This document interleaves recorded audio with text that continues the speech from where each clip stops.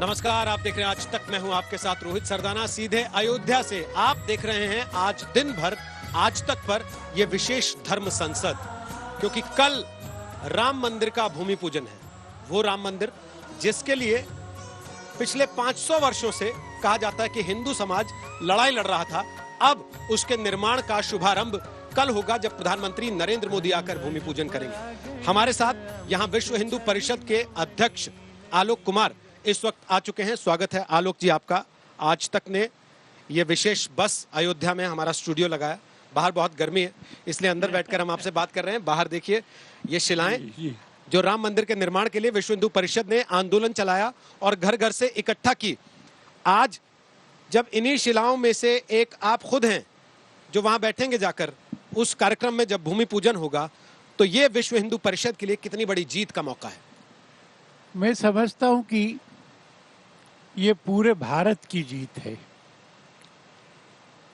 जो यहाँ मंदिर था उसको तोड़ा गया था। पराजित भारत को आशाहीन करने के लिए, समाज को बताने के लिए कि तुम तो क्या, तुम्हारे देवता भी अपनी रक्षा नहीं कर सकते। अपमान का वो ढांचा, हमको श्रीहीन करने वाला वो ढांचा तो 92 में गिर गया। उसके बाद भी इतने साल लगेंगे, ऐसा नहीं सोचा था। कोर्टों में 70 साल लगेंगे, ऐसा अंदाजा नहीं था। लोग मजाक उड़ाते थे, प्रेस कॉन्फ्रेंस में कहते थे, अच्छा मंदिर वहीं बनाएंगे पर तारीख नहीं बताएंगे। संत भी कई बार कहते थे होगा कि नहीं। प्रतीक्षा करते हुए अशोक सिंघल जी, आचार्य गिरिराज किशोर जी, वामदेव जी, परमहंस रामचंद्र दास जी, महंत अवैधनाथ जी, देवहरा बाबा, कितने लोग बैकुंठ लोग चले गए। आज हमारी पीढ़ी में ये समय आया है, हम सबके लिए अतीब आनंद का दिन है। ऐसा आनंद जो जीवन में या अनेकों जीवन में कभी एक ही बार ऐसा दिन आता होगा। आलोक जी, बहुत सारे ऐसे लोग हैं जिन पे अभी भी केस चल रहा है। वो अदालत में प्रस्तुत होते हैं, वीडियो कॉन्फ्रेंसिंग से सुनवाइयां चल रही हैं। वो सब यही बताते हैं कि पता नहीं क्या हुआ, कैसे हुआ। आज तो बता दीजिए कैसे किया था। वो ये नहीं कहते कि पता नहीं क्या हुआ और कैसे हुआ। वो कहते हैं हमने षड्यंत्र नहीं किया, और षड्यंत्र था भी नहीं। आजादी की लड़ाई लड़ने वाले भी कहते थे कि हमने कानून नहीं तोड़ा, तुमको राज करने का अधिकार नहीं है, इसलिए तुम्हारी सरकार को हटाने का हमको अधिकार है। स्वातंत्र का घोष है ये। हम षड्यंत्र से इनकार कर रहे, पर ढांचा टूटा, ये तो सच है। आप कांग्रेस से बड़े नाराज दिखाई देते हैं, जबकि आज तो प्रियंका गांधी ने कह दिया सबके राम हैं, उनको बांट के नहीं देखना चाहिए। कमलनाथ 11 चांदी की शिलाएं भेजना चाहते हैं। मैं कांग्रेस से नाराज नहीं हूं। मैंने प्रियंका जी का बयान देखा है। उन्होंने अपनी बात हृदय से कही हो तो मैं उसको स्वीकार करता हूं। मैं इस बात का भी आनंद मनाता हूं कि किसी भी राष्ट्रीय पार्टी के प्रमुख ने मंदिर के निर्माण के बारे में कुछ विपरीत टिप्पणी नहीं की है। और जिन लोगों ने, छोटे दलों के लोगों ने या जूनियर पॉलिटिशियंस ने स्टेटमेंट दिया है, वो भी विश्व हिंदू परिषद के बारे में दिया है। मुहूर्त गलत छांट लिया जी, प्रधानमंत्री क्यों जा रहे हैं। मंदिर के बारे में पूरे देश में अब इस बात की स्वीकार्यता है कि राम का मंदिर बने, और हमको भी प्रसन्नता होगी अगर सब दल, सब लोग राजनीति को अपनी जगह करेंगे और मंदिर के निर्माण में हाथ बटाएंगे। दिग्विजय सिंह को जूनियर पॉलिटिशियन कह रहे हैं आप?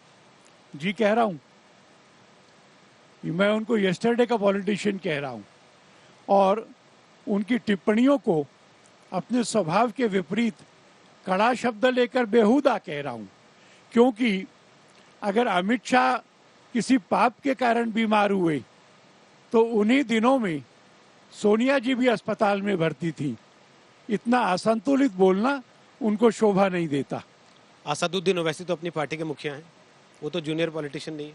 मैंने कहा कि किसी राष्ट्रीय पार्टी के, पर ओवैसी ने भी जो आपत्ति की है वो मंदिर के निर्माण की बजाय प्रधानमंत्री की हैसियत से जा रहे इस बात पर की है। उनकी एक आपत्ति और है, उन्होंने कहा कि हम अपनी औलादों को बताएंगे कि इन्होंने हमारी मस्जिद तोड़कर उस पर अपना मंदिर खड़ा किया था। मैं सोचता हूं कि लोगों की याददाश्त पूरी होनी चाहिए। वो मस्जिद थी कि नहीं इस पर मैं बोलूंगा नहीं, पर वो मंदिर को तोड़कर बनाई गई थी। इसलिए इतिहास बाबर से शुरू करना पड़ेगा, मीर बाकी से शुरू करना पड़ेगा। और आप देखेंगे कि पूरी दुनिया में इस तरह का आंदोलन चल रहा है। ये जो ब्लैक लाइव्स मैटर है, वो कह रहे हैं कि हम ऐसे बुतों को नहीं रहने देंगे जो उन लोगों के हैं जिन्होंने दास प्रथा का समर्थन किया था।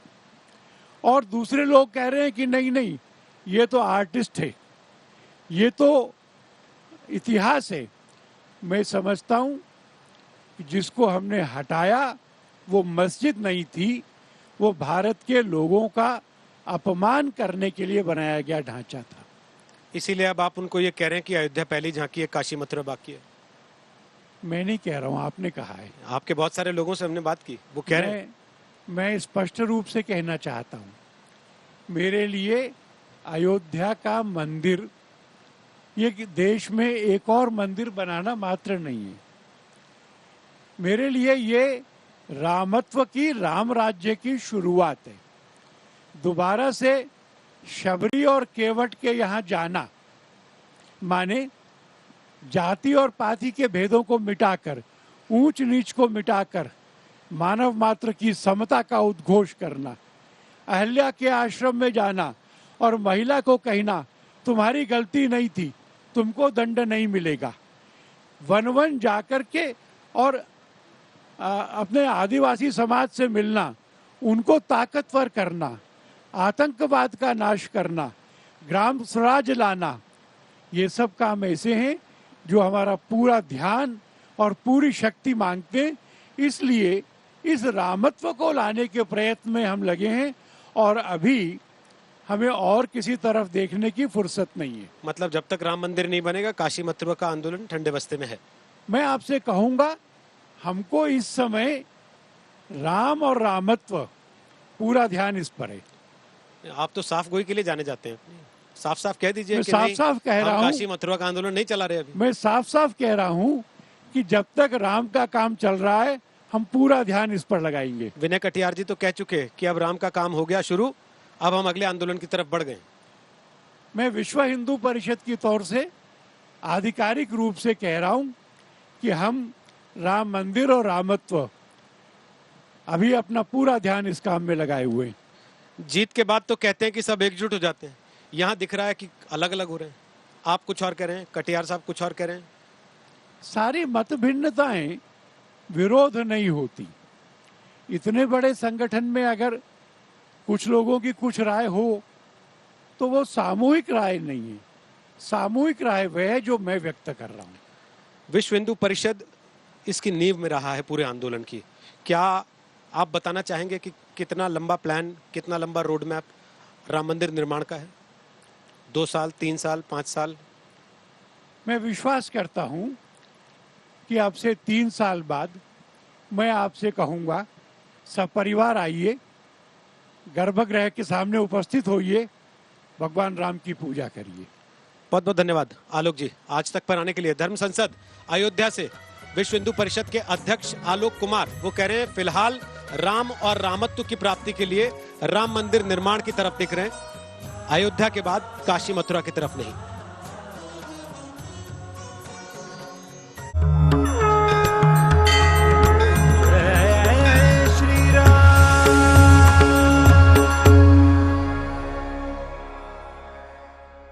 राम मंदिर निर्माण के लिए भूमि पूजन की शुभ घड़ी आ चुकी है और हम आज तक पर आपके लिए लाए हैं 121 घंटे की संपूर्ण कवरेज। और इसी के तहत हमारे साथ हैं इस समय एक विशेष मेहमान, विश्व हिंदू परिषद के अंतर्राष्ट्रीय उपाध्यक्ष हैं श्री चंपत राय, और साथ ही राम जन्मभूमि तीर्थ क्षेत्र उसका जो ट्रस्ट बना उसके महामंत्री हैं चंपत राय जी। स्वागत है चंपत राय जी आपका आज तक पर हमारे इस विशेष कॉन्क्लेव में। धन्यवाद। सबसे पहली बात तो ये कि न्यायिक प्रक्रिया जो राम मंदिर को लेकर चली पूरी, उसका एनसाइक्लोपीडिया आपको कहा जाता है। क्यों कहा जाता है वो मैं आपसे आज पूछूंगा, लेकिन उसके पहले ये बताइए कि इतनी लंबी लड़ाई आपने लड़ी, आज जब भूमि पूजन का समय आ गया है, कैसा महसूस कर रहे हैं आप? सारा देश उत्साहित है, आनंदित है। तो जैसे सारा देश प्रसन्न है, कमोबेश मैं भी कुछ ना कुछ वैसा महसूस कर रहा हूँ। लेकिन ये अवसर मेरे लिए इतिहास के परिवर्तन का काल है।